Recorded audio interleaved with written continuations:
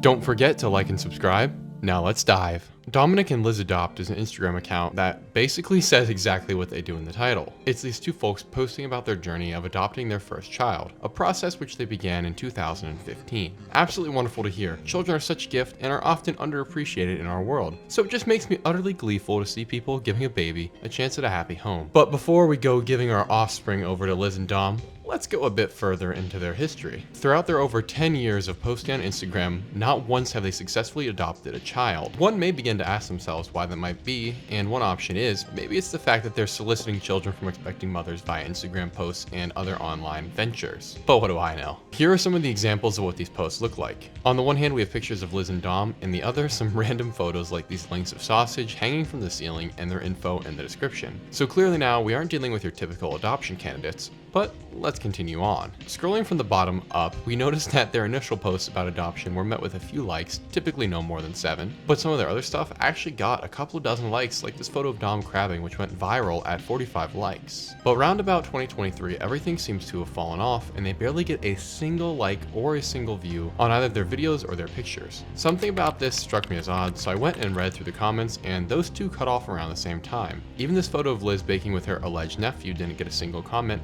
not even from the nephew. The exception to this are two posts that it seems everyone flocked to from the original Reddit post about this account. In the comments, people say the obvious that trying to adopt children via Instagram is a rather untoward and Diddy-esque method, and it rightfully makes you seem incredibly creepy. Some were nicer than others, but all of them had a valid point. If you really want to adopt a child, why?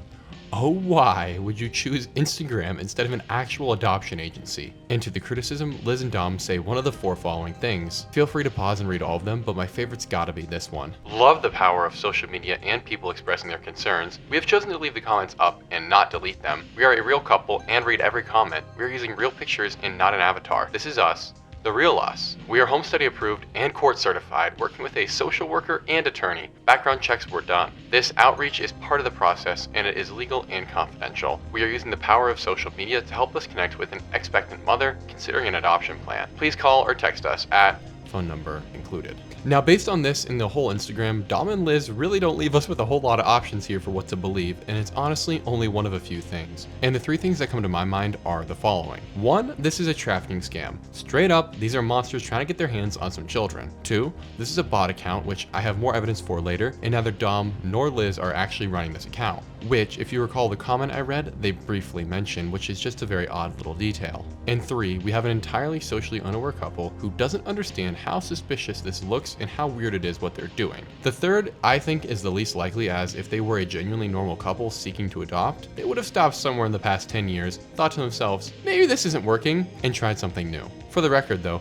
the average adoption time in the States is 12 months, and I understand that this can have a huge range within that, but let's just say that that 12-month number is accurate. They could have adopted 10 children in the time it's taken them to adopt none. It's also worth noting that over the past decade of Instagram photos, neither Dom nor Liz appears to age a whole lot. This could just be me, but their first picture together compared to their most recent, that doesn't really look like 10 years have passed to me. So either Dom and Liz here found the fountain of youth, or maybe something a bit more suspicious is afoot. But that's about all the Instagram has to offer us. A whole lot of questions, but not really many answers. So let's go to the website they so generously crafted for us. Initially, it's just another ageless photo of the couple and a description of who they are and what they are offering. But pause for a brief moment, because once again, this couple is not up to snuff. Their bio is written by AI. How do I know? Because I'm Scooper of Coop, Prince of AI checkers, King under the mountain. No, I'm just kidding. It's because it starts with this emoji. Seriously, that is the only thing I needed to tell you this was written by AI. Because who? Feel free to comment below here and be honest, who on the entire planet even knew that that emoji existed, let alone used it? I bet almost nobody. But for whatever reason, every single one of these AI gen platforms loves it. But just for the sake of having the receipts, I threw this on over into an AI checker, and voila, it's guaranteed AI writing. Okay, so now we know Dom and Liz can't even bother to write their own web content, and yet are still trying to get their hands on a child. That's a little sus, but it's not even the first time they've used AI. Back on their Instagram, a lot of their most recent uploads are just AI gen images that have those all too obvious little errors like a scuffed paint job. And reading some more of their captions, it seems that across all of their social media platforms and websites, they are using AI. At this point though, I was pretty much convinced something nefarious was going on here, and the picture of their alleged home didn't help much, so I decided to adopt my alter ego Josephine, hop on over to my phone, and shoot her a text, since they just generously placed their phone number across the internet. Funny enough, I was pretending to be this chick in the middle of a class, in the middle of a presentation, while I was giving my senior thesis, and during that period, she sent me this kind of bizarre text message talking about how she would love to talk more, and at this point, I realized I had made the immense error of texting her from my actual phone number, not my alternate, so at this point, I just had to full send this thing. After I shook hands with everybody and left the class, I found an empty room and gave Liz a dial. And there's legit just too much strangeness in that call for this video. I asked her about everything, including the comments saying she's a trafficker, but that was just the tip of the iceberg. I will say though that the strangest bit for me though was when I told her that Josephine, the character I made up, wasn't real. Let's just say that's when things took a turn, and not for the best, but I don't want to waste your time. So if you want to hear more about my investigation into the strange Instagram account that is Liz and Dom Adopt, comment "Adopt Me" down below. I seldom speak about mysteries that I think are most likely ARGs on this channel because I find them to be so obnoxious. But for posterity's sake, I think this one is worth covering. About a month ago, on r/internet mysteries, user proper external 9486 wrote the following. Weird site pops up when scanning QR code on a utility pole in Warsaw, Poland. Is this an ARG or something else? Is anything particular happening in 35 days? Alright, you know, my curiosity was piqued by this post. I've actually almost included it in the past couple videos. I mean, it's not every day you get a Polish QR code that leads you to a painting depicting the pits of hell. And the painting, I do have to say, is covered in chesticles, so I can't show it here, but a link to the site and all the documents is in the description. Interestingly though, if you sit on the site long enough, a pop-up spawns at the top of the page containing a random string of numbers and characters. And this pop-up actually leads you to the following email address, ghost@cultmorai.com. So ostensibly at this point, we are dealing with someone who wants us to believe that this is a cult. And this is where the mystery goes deep. Thankfully, someone made a paste bin covering all of the details, so my sincerest thank yous to user Therius on Fire for compiling all this information. You made my life so much easier. But as it turns out, you guys and gals, despite this rabbit hole initially seeming super deep, I can solve it in 30 seconds with a Google search. And here's my problem with ARGs, they are too unbelievable and too easy to disprove. If we go back to the original Reddit post made by user proper external, we notice his account is nearly 3 years old, yet only started posting a couple days before he uploaded his discovery of the QR code to Reddit. This is a common mistake ARG creators make where they will have an old account with no interactions and then out of nowhere drop some massive revelation they uncovered. In fact, it's one of the clearest signs a mystery is fake. But in this case, there's an even more clear sign because they always leave a logical error in their mystery, and that's the dead giveaway. In his post, proper external tells us that this QR code is on a utility pole, and on the Twitter account connected to this air quotes cult, there is a GPS stamp for the coordinates of the QR code hidden in a hexadecimal format. And so when other people converted this, they just got GPS coordinates. And in other words, we know the exact location down to the square meter where this QR code was allegedly placed and found on a utility pole. And yet somehow no one bothered to Google Earth this thing, because if you did, you'll see what I see, in that despite being recent photos, the location is in the middle of a hiking trail and there is no utility pole where proper states he found the QR code, meaning this dude went through all this work building ciphers, riddles, lore, only to be too lazy to choose a location that's actually got a utility pole. Seriously, bro. So despite all the hype that's built up behind this mystery, I'm willing to bet dollars to donuts that nothing is going to happen in Warsaw, Poland the day after I upload this, because the cult Morai is completely fake.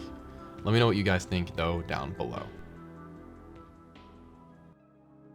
Geedis is a rabbit hole for the ages, the information of which has been meticulously maintained by a dedicated group of enthusiasts. The subreddit r/Geedis is incredibly thoroughly researched and so well put together it made my life a breeze for this video. Geedis is a mystery that has been discussed by one major YouTuber before, but that was nearly 6 years ago, and outside of that there isn't much about it online. The mystery begins with a single post to X by a comedian named Nate Farald that I have never heard of before, and the post reads the following. What the flick is Geedis? I found this old pin, Google has no answers, please help. I'm losing my mind. Okay, so this would be a weird find. I can't lie, not only does Geedis look like he lives under beds, but he also doesn't exist anywhere online. Try and look up his origins online, and you realize no one has any clue what this dude is. But how could that even be possible? For an entire character to go missing from the world in our collective memory, especially one that was evidently popular enough to make it onto an enamel pin, it's just not feasible. But that's just the beginning. Nate is somewhat of a pin collector, so while scrolling through eBay, he paused, seeing a weirdly nostalgic face to him that he couldn't place. And that, as we know, was Geedis. But as it turns out, the seller had 80 of these pins, and Nate got them all for $6. As Nate's thread continued about the Geedis mystery, it actually attracted enough attention that another user replied to him with a picture of a set of stickers he had found in his home. And funny enough, the sticker sheet includes 5 other characters for which we have no information about, but it's the 6th that we're gonna recognize, that being the majestic Geedis. At first this may seem helpful, but it actually is only gonna make things more difficult. You see, the stickers are labeled as Denizen brand and say at the top that these are characters from a series called The Land of Ta. And yet, that too never existed. There was never a show, comic book series, cartoon, or anything that had to do with these characters or a Land of Ta. Even weirder, Denizen is a major brand producing all sorts of adhesive-like things, including these stickers, except the one thing they never produced are enamel pins. But it doesn't stop there. Despite having manufactured these stickers, they had no idea what a Geedis is. In fact, at Denizen, the sticker manufacturer, the only piece of information that anyone could get their hands on is that for a year, the word Geedis was used to describe making lots of money. But clearly that has nothing to do with this creepy-eyed monkey demon we're presently seeing, so what's going on? And that's the question the original investigators asked, and even after speaking to the executives, they were still confused because these executives had no idea how this could have been made. Now, this is all very odd and suggests that something is afoot. But what's even weirder is that the Land of Ta is not limited to Geedis and friends. There's even a section for the women of Ta, which will be also blurred because the original artist seemingly didn't understand how to draw clothes. So as we sit, what we know is that for Geedis, there was originally these pins that we learned about, and then there were these weird stickers that showed up for the Land of Ta, and then a whole nother set of stickers for even more characters. And yet no one, even the most avid cartoon fan of the 70s and 80s, the period in which these were allegedly produced, can tell us what they are. Not even the company executives or anyone working there today. There are no records of the Geedis character anywhere online, nor has anyone ever taken credit for the pin that was produced. Not even a single bit of tangible evidence has emerged, except that the word Geedis was office slang. As stated, this mystery goes deep, like miles deep, and has remained unsolved for over 6 years. So if you're interested to hear more, make sure to comment below and we can dive into it together in another video.